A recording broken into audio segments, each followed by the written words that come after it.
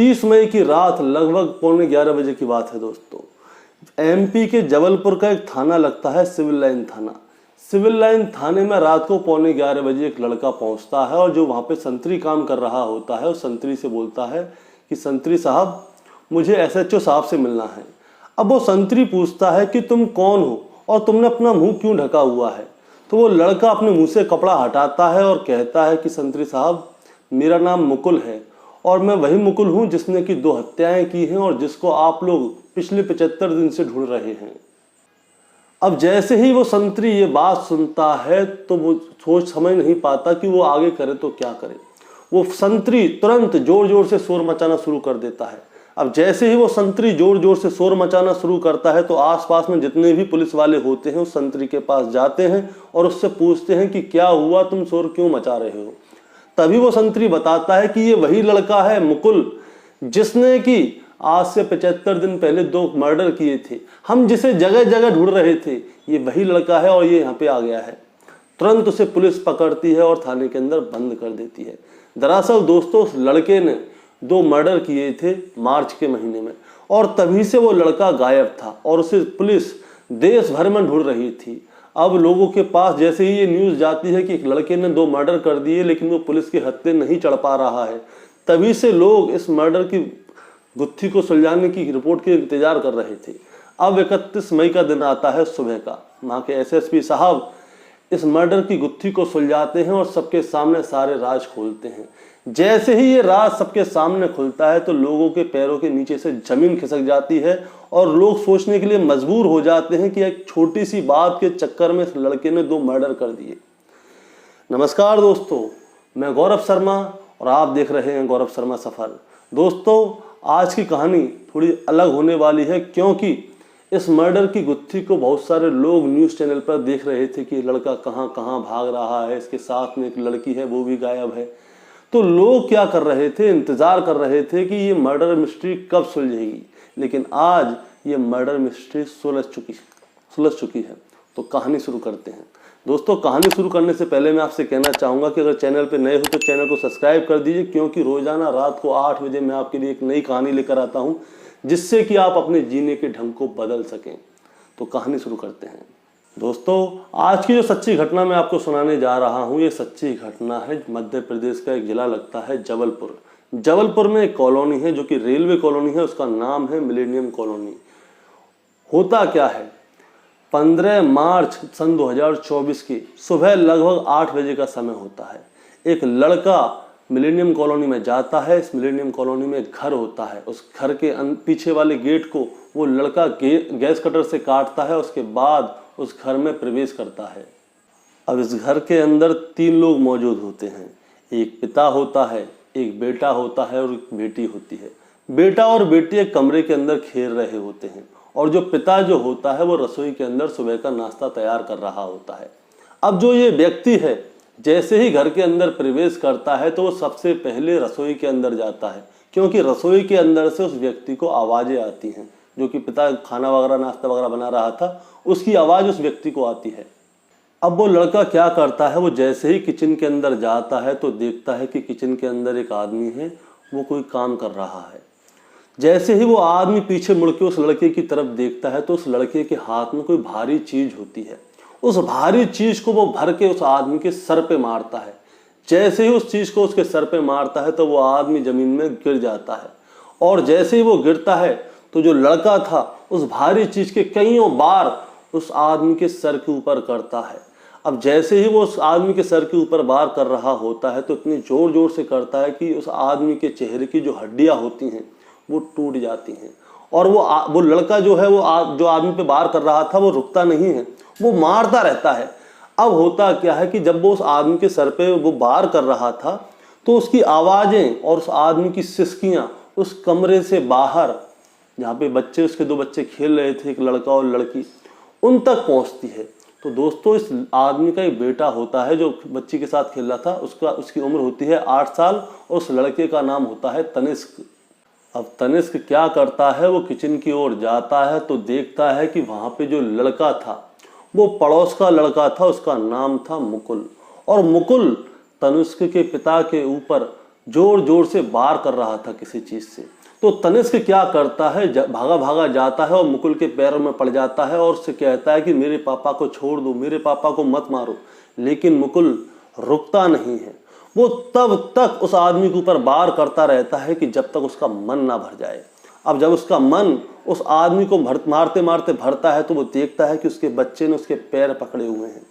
तो मुकुल क्या करता है, जो उसके हाथ में हथियार होता है दोस्तों बग्गा। अब उस बग्गे से 2 बार वो तनिष्क के सर पे, एक बार तो उसके सर पे करता है और दूसरा बार उसके कंधे पर करता है। अब जैसे ही वो 2 बार उस बच्चे के ऊपर करता है तो बच्चा उस बार के झटके को झेल नहीं पाता, वो बेसुध होकर जमीन पर गिर जाता है। अब मुकुल क्या करता है, वो दोबारा से उस बग्गे को उठाता है और उस बच्चे के पिता के ऊपर बार बार बार किए जाता है और उसके बाद फिर वो तनिष्क के ऊपर बार करता है और उन दोनों के ऊपर वो बार कंटिन्यू करता रहता है। अब होता क्या है कि उसकी आवाज़ जो है उस कमरे तक जा रही थी जहाँ पे बच्चे खेल रहे थे। तो अब वो लड़की देखने के लिए आती है कि आखिर किचन में हो रहा है तो क्या हो रहा है। अब जैसे ही वो लड़की देखती है कि मुकुल के हाथ में एक हथियार है, उसके पिता और उसका भाई जो छोटा भाई है 8 साल का तनिष्क, उसकी लाश जमीन में पड़ी हुई है। जैसे ही वो लड़की ये नज़ारा देखती है तो जोर से चीखने लगती है। जैसे ही वो लड़की चीखने लगती है तो मुकुल उससे कहता है कि तुम्हें चीखने की कोई ज़रूरत नहीं है, तुम शांति से खड़ी रहो। अब क्या होता है दोस्तों, किचन के अंदर 2 लाशें पड़ी हुई हैं और जगह जगह खून फैला हुआ है। तो जो मुकुल होता है वो क्या करता है, उस खून को समेटने की कोशिश करता है। अब खून को समेटने की कोशिश करता है तो वो लड़की वहाँ पे खड़ी हुई उसे देख रही है।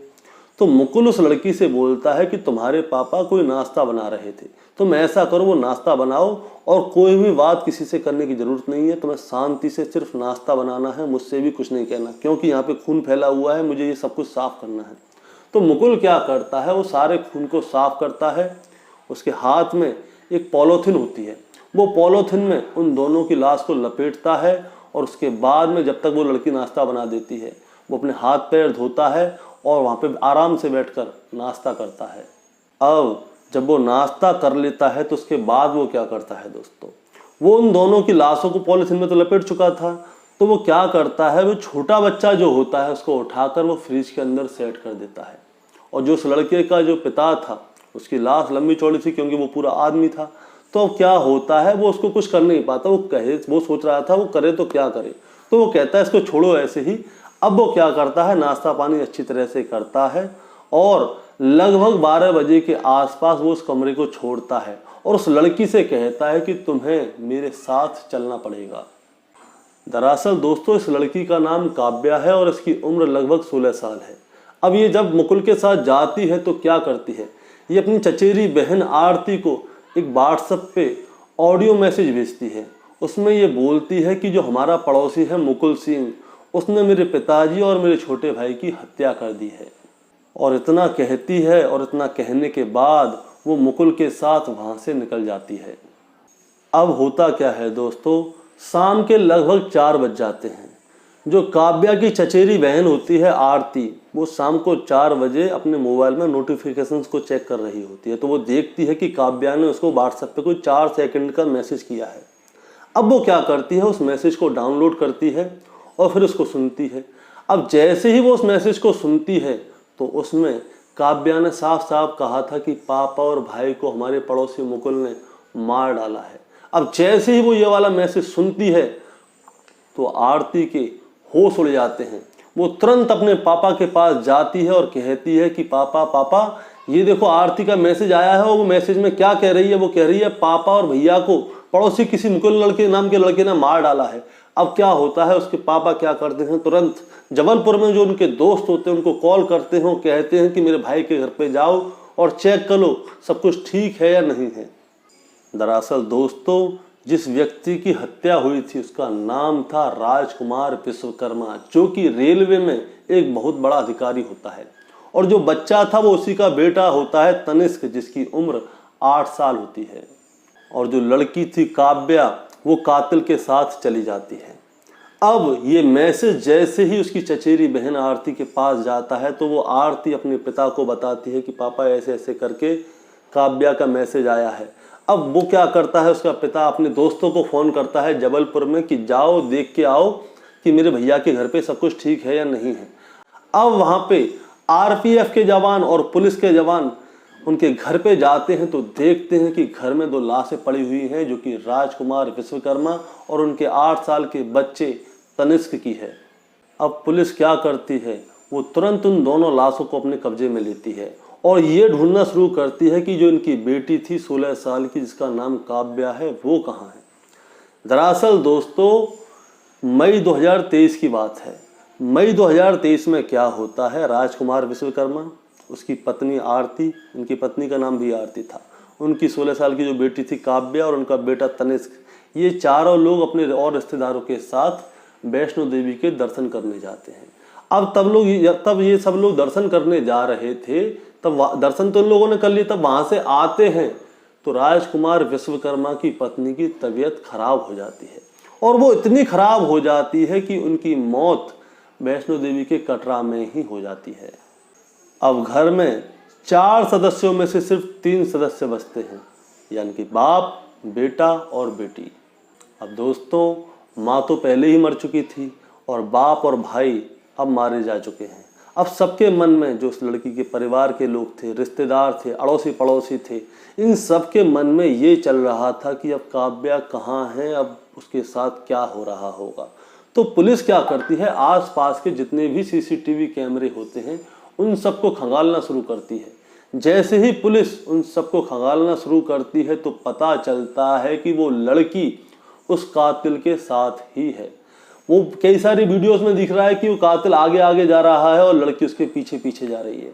और उसके बाद जो आगे वाली जो वीडियो है तो पता चलता है कि लड़की उस कातिल की स्कूटी पर बैठकर उसके साथ ही जा रही है। अब सबके मन में सिर्फ एक ही सवाल चल रहा था कि ये लड़की आखिर इस कातिल के साथ क्यों जा रही है, इन दोनों के बीच में क्या संबंध है, क्या लेना देना है कि इस लड़की के पिता और भाई तो मर चुके हैं, लेकिन ये लड़की जिसने इसके पिता और भाई को मारा है उनके साथ ही क्यों घूम रही है। अब चाहे सोशल मीडिया हो, प्रिंट मीडिया हो या टीवी न्यूज़ हो, हर जगह इस डबल मर्डर केस के बारे में शोर मच जाता है और हर कोई यही जानना चाहता है कि आखिर इन दोनों बाप और बेटों को इस लड़के ने आखिर क्यों मारा। अब पोस्टमार्टम की रिपोर्ट आती है। पोस्टमार्टम की रिपोर्ट में पता चलता है कि कातिल ने राजकुमार विश्वकर्मा के सर पे इतने बार किए थे कि उसके सर की हड्डी चकनाचूर हो गई थी, जिसकी वजह से उसकी मौत हो गई थी। और जो बच्चा था उसके साथ भी कुछ ऐसा ही किया गया था, जिसकी वजह से उस बच्चे की भी मौत हो गई थी। अब पुलिस जद्दोजहद में लग जाती है कि इस लड़के को, जिसने कि आदमी और एक बच्चे की हत्या की है, इसको कैसे पकड़ा जाए। हर जगह तलाशी कर रही थी, साथ में उस लड़की को भी बचाना था कि आखिर वो लड़की उसके साथ खुद ब खुद गई है या उसको ज़बरदस्ती वो अपने साथ ले गया है। अब होता क्या है दोस्तों, वो लड़की क्या करती है, अपने मोबाइल को तो घर पे छोड़ जाती है, वो अपनी माँ के मोबाइल को अपने साथ ले जाती है और अपने पिता का जो डेबिट कार्ड होता है उसको भी अपने साथ ले जाती है। तो पता चलता है 1,28,000 उस लड़की ने अपने पिता के अकाउंट से निकाल लिए हैं। तो पुलिस क्या करती है, उस डेबिट कार्ड को पहले ब्लॉक करवाती है ताकि उनके अकाउंट से कोई पैसा ना निकाल सके। और जहाँ जहाँ पे इस लड़की ने अपने डेबिट कार्ड से पैसे निकाले थे उन सब जगह वो छापा मारती है। लेकिन होता क्या है, पुलिस जैसे ही वहाँ पे पहुँचती है ये लड़की और लड़के वहाँ से गायब हो जाते हैं, आगे निकल जाते हैं। अब दोस्तों होता क्या है, जब पुलिस इनको ढूंढ रही होती है तो पता चलता है कि ये देश के अलग अलग कोने में घूम रहे होते हैं। कभी ये पश्चिम बंगाल में दिखते हैं, कभी बिहार में दिखते हैं, कभी उत्तराखंड में दिखते हैं, कभी यूपी में दिखते हैं। पुलिस इनको ढूंढ ढूंढ के परेशान हो जाती है। दरअसल जहाँ जहाँ पे वो डेबिट कार्ड से उन्होंने पैसे निकाले थे वो हर जगह चप्पे चप्पे पे छानबीन करती है तो पता चलता है ये लोग निकल गए। ये कभी बस स्टैंड पे सीसीटीवी कैमरे की जो फुटेज होती है, कभी बस स्टैंड पे दिखते हैं, कभी रेलवे स्टेशन पे दिखते हैं, दोनों साथ में ही दिख रहे हैं, अलग नहीं दिख रहे। अब पुलिस इनको ढूंढते ढूंढते इतनी थक गई थी कि पुलिस अपने मुंह से खुद नहीं कह पा रही थी। पुलिस ने दोस्तों Nepal border, Bangladesh border, Pakistan border, हर जगह पे इन लड़के लड़कियों के फोटो चस्पा कर दिए थे, मतलब कि हर जगह फैला दिए थे और इनको हर जगह पे इनके लिए नाकाबंदी कर दी थी कि जहाँ से भी ये निकले तो तुरंत इन लोगों को पकड़ लिया जाए, क्योंकि इन दोनों की लोकेशन इन जगहों पे भी पाई गई थी। अब आखिरकार पुलिस को इन दोनों को ढूंढते ढूंढते धीरे धीरे 75 दिन हो जाते हैं और 75 दिन होने के बावजूद पुलिस को ना तो ये लड़की मिलती है और ना ही ये लड़का मिलता है। अब एक दिन क्या होता है दोस्तों, तारीख थी 28 मई सन 2024। ये लड़का और लड़की हरिद्वार में घूम रहे होते हैं, महिला हॉस्पिटल के बाहर होते हैं। तो होता क्या है, एक आदमी की नज़र इन दोनों के ऊपर पड़ती है जो कि नगर रक्षा समिति का सदस्य होता है। तो वो आदमी इन दोनों को देखता है तो पता चलता है कि ये संदिग्ध अवस्था में घूम रहे होते हैं। दरअसल लड़की देखने में बहुत ज़्यादा खूबसूरत होती है और लड़का साधारण सा दिखता है। तो वो आदमी उनके पास जाता है और कहता है कि बच्चों तुम लोग कहाँ से आए हो और यहाँ पे कैसे घूम रहे हो। तो लड़के कहते हैं हम हरिद्वार घूमने के लिए आए हैं। तो वो कहता है भाई तुम यहाँ पे क्यों घूम रहे हो। तो वो ऐसे ही उससे बात घुमा रहे होते हैं। तो उस नगर रक्षा समिति के उस सदस्य को उन लोगों के ऊपर क्या होता है, शक हो जाता है कि हो सकता है कि ये लोग अपने घर से भाग के आए हैं और ये लोग यहाँ पे भटक रहे हैं। अब जब वो दोनों उस नगर रक्षा समिति वाले सदस्य को उल्टे सीधे जवाब दे रहे होते हैं तो वो क्या करता है, वो हरिद्वार कोतवाली के जो SHO होते हैं सत्येंद्र सिंह जी, उनको फ़ोन करता है और उनसे कहता है कि यहाँ पे एक लड़का और लड़की एक संदिग्ध अवस्था में घूम रहे हैं। मुझे लगता है कि हो सकता है कि शायद ये अपने घर से भागकर आए हैं। अब जैसे ही ये खबर पुलिस के पास पहुंचती है तो पुलिस की टीम तुरंत मौका वारदात पर आ जाती है और लड़का लड़कियों से बात करने लगती है। तो पुलिस वाले उनसे पूछते हैं कि बेटा तुम लोग कहाँ से आए हो, यहाँ पे क्या कर रहे हो। तो जो लड़की होती है वो साफ साफ बता देती है कि हम MP के जबलपुर से आए हैं, मेरे पिताजी रेलवे में एक बड़े अधिकारी हैं, और वो सारी चीज़ खुल के बता देती है। तो वो क्या कहते हैं पुलिस वाले कि बेटा ऐसा करो, तुम हमारे साथ चलो, हम तुम्हें तुम्हारे घर तक पहुंचा देंगे। तो वो मुकुल क्या करता है, मुकुल कहता है कि हमारा सामान हॉस्पिटल के अंदर रखा है, मैं हॉस्पिटल के अंदर से सामान लेकर आता हूँ, आप हमें छोड़ दीजिएगा। अब मुकुल जो सामान लेने के लिए हॉस्पिटल में जाता है फिर वो वापस कभी आता ही नहीं, यानी कि वो वहीं से गोल हो गया। अब वो पुलिस वाले और वो लड़की बहुत देर तक मुकुल का इंतजार करते हैं लेकिन मुकुल नहीं आता। अब वो नहीं आता तो पुलिस का शक और ज़्यादा बढ़ जाता है कि जरूर कोई ना कोई बात है, इसीलिए ये लड़का गायब हो गया है। अब क्या होता है कि हरिद्वार की पुलिस तुरंत इसके इलाके की जो जबलपुर की पुलिस होती है उनसे संपर्क करती है कि ऐसे ऐसे हमें ऐसे ऐसे करके यहाँ पे एक लड़की पाई है। जैसे ही जबलपुर की पुलिस को पता चलता है कि ये लड़की हरिद्वार पुलिस के पास है, तुरंत वो लोग कहते हैं कि ये लड़की कातिल है और इसके साथ में एक लड़का है वो भी कातिल है। लड़का कहाँ है? तो हरिद्वार की पुलिस कहती है कि लड़का तो भाग चुका है लेकिन लड़की हमारे पास ही है। अब क्या होता है दोस्तों, अब जो लड़की होती है उसको जबलपुर पहुंचाया जाता है, उससे पूछताछ होती है कि लड़का कहाँ है कहाँ नहीं है, लेकिन पुलिस के हत्थे कुछ चढ़ता नहीं क्योंकि लड़की को कुछ पता ही नहीं था कि मुकुल कहाँ है, वो तो उसे छोड़ के वहाँ से भाग गया था। अब क्या होता है, 28 मई की रात आती है। 28 मई 2024 की रात लगभग 11:15 बजे जो लड़का होता है मुकुल, वो सिविल लाइन थाना जाता है जबलपुर के और वहाँ पे संतरी से बोलता है कि मुझे SHO साहब से मिलना है। जब वो SHO उससे पूछता है कि तुम्हें क्यों मिलना है और तुमने अपने मुंह पे कपड़ा क्यों बांधा हुआ है, तो मुकुल अपने मुंह से कपड़ा उतारता है और बताता है कि मेरा नाम मुकुल है, जिसे कि आप 75 दिन से ढूंढ रहे हैं, मैं यहाँ पे सरेंडर करने के लिए आया हूँ। जैसे ही उन संतरी साहब को पता चलती है कि ये मुकुल है तो वहाँ पे शोर मचाता है और उसको मुकुल को कुछ ऐसे पकड़ते हैं कि जैसे उस पुलिस वालों ने कितनी मेहनत से मुकुल को पकड़ा है, लेकिन मुकुल वहाँ पे खुद आया था सरेंडर करने के लिए। और उसके बाद में मुकुल ने अगले दिन अपनी सारी कहानी सुनाई। दरअसल दोस्तों होता क्या है, जब इस लड़की की माँ वैष्णो देवी जाती है और वहाँ पे ख़त्म हो जाती है, तो ये लड़की क्या होता है घर पे अकेली रहती है। इसका भाई छोटा होता है, पिताजी ड्यूटी पर चले जाते हैं। अब होता क्या है, ये लड़की अपने घर पे अकेली रहती है। इसके घर के बगल में ही थोड़ी दूर चल के मुकुल का घर होता है। तो मुकुल और उस लड़की के बीच में क्या है, दोस्ती हो जाती है, दोस्ती प्यार में बदल जाती है और प्यार में ये थोड़े नज़दीक आ जाते हैं।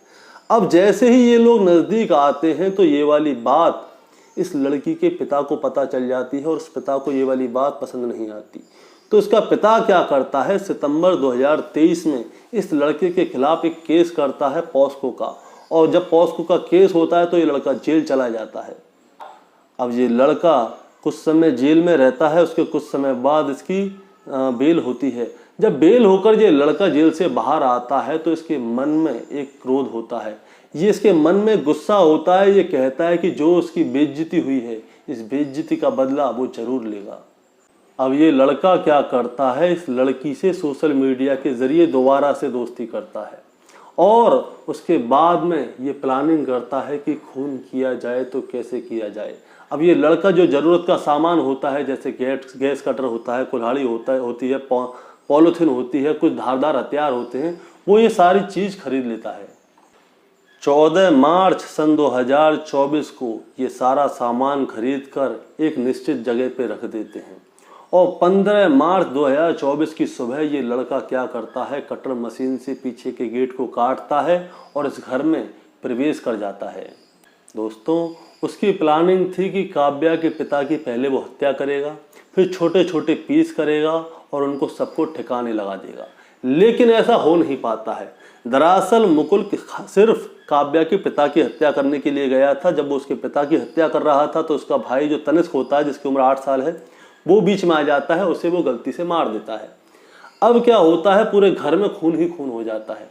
जब पूरे घर में हर जगह खून पड़ा होता है तो मुकुल कहता है कि मैं इनके छोटे छोटे पीस नहीं कर सकता। तो वो क्या करता है, उस लड़की की मदद से, अपनी प्रेमिका की मदद से उन दोनों की लाशों को पॉलीथिन में लपेट देता है।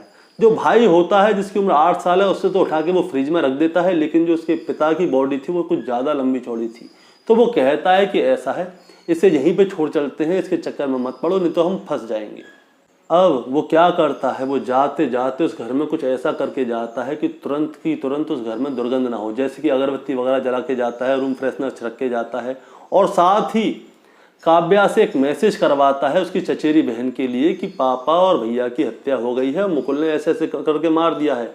वो मैसेज काव्या खुद नहीं करती, बल्कि मुकुल उससे करवाता है, ताकि भविष्य में जब उसको पकड़ा जाए तो काव्या बच जाए और मुकुल को पुलिस पकड़ के ले जाए। दरअसल वो अपनी गर्लफ्रेंड को बचाना चाहता था। अब पुलिस ने इस घटनाक्रम का खुलासा किया और उससे पूछा गया कि तुमने ये सब क्यों किया और तुम्हारे मन में क्या चल रहा था। दरअसल दोस्तों, मुकुल 5 हत्याएं करना चाहता था। पहली हत्या वो काव्या के पिता की करना चाहता था। दूसरी हत्या जो उसके पड़ोस में एक अंकल रहता था, जो उसको रोकता टोकता था, फटकारता रहता था, उसकी करना चाहता था।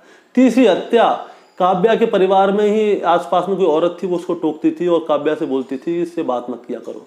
चौथी हत्या जो एसआई होती है, महिला पुरुष, जिसने कि मुकुल को पहले गिरफ्तार किया था, उसके बाद जेल गए थे, उसकी करना चाहता था। और 5वीं और आखिरी हत्या वो काव्या को भी मारना चाहता था, क्योंकि पॉस्को केस में उसको लगता था कि काव्या ने उसका साथ नहीं दिया और वो जेल गया है। वो काव्या को भी मारना चाहता था और वो इसने ये सारे षड्यंत्र अपने मन में पहले से ही छुपा के रखा था। लेकिन वो काव्या के छोटे भाई को नहीं मारना चाहता था, लेकिन वो सिचुएशन ऐसी बनती है कि काव्या का भाई बीच में आ जाता है और उसे काव्या के भाई को मारना पड़ता है। दोस्तों, अब सिचुएशन कुछ ऐसी बनती है कि 2 मर्डर हो जाते हैं, इनका पूरा परिवार खराब हो जाता है, बर्बाद हो जाता है। अब पुलिस ने इन दोनों को गिरफ्तार कर लिया है और गिरफ्तार करने के बाद इन दोनों को जेल पहुंचा दिया है। अब पुलिस इस मर्डर की जांच पड़ताल कर रही है कि इस मर्डर में कोई और तो इनके साथ नहीं था, कहीं ऐसा तो नहीं कि इनका किसी ने साथ दिया हो, इनकी मदद किस किस ने की। तो पुलिस इस बारे में जानकारी करती है कि किस किस ने इनकी मदद की थी, किन किन के पास रहे थे।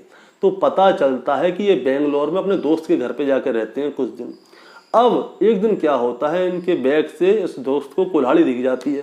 अब वो दोस्त इससे पूछता है कि भैया कुल्हाड़ी किस चीज़ के लिए तूने अपने बैग में रखी हुई है। तो मुकुल बताता है कि मैंने 2 हत्याएं कर दी हैं और इसी कुल्हाड़ी से की थी। जैसे ही इसके दोस्त को वो वाली बात पता चलती है कि ये 2 हत्याएं करके आया और मेरे घर पर रुक रहा है, वो कहता है भैया यार तू जहाँ से जा, मुझे तेरा साथ नहीं देना, मुझे तेरे साथ नहीं रहना, तू मुझे फंसा देगा। और ये मुकुल और ये लड़की पूरे देश में रहे थे। ये पश्चिम बंगाल में रहे थे, बेंगलोर में रहे थे, पटना में रहे थे, बिहार में रहे थे, मथुरा रहे थे, वृंदावन रहे थे और आखिर में जाकर ये लोग हरिद्वार में पकड़े जाते हैं। दरअसल इन लोगों के पास में पैसे खर्च हो चुके थे। अब ये क्या करते हैं, ये तीर्थ स्थलों पे जाते हैं ताकि ये धर्मशालाओं में सस्ते में रुक सकें और वहाँ पे भंडारे वगैरह का खाना खा सकें। लेकिन इस तरह की ज़िंदगी ज़्यादा दिन दोस्तों चल नहीं पाती और आखिरकार ये दोनों पकड़े जाते हैं। दरअसल काव्या तो पकड़ी गई और मुकुल अब क्या करे, उसके पास पैसे नहीं। अब वो जाएगा तो भाग के कहाँ जाएगा।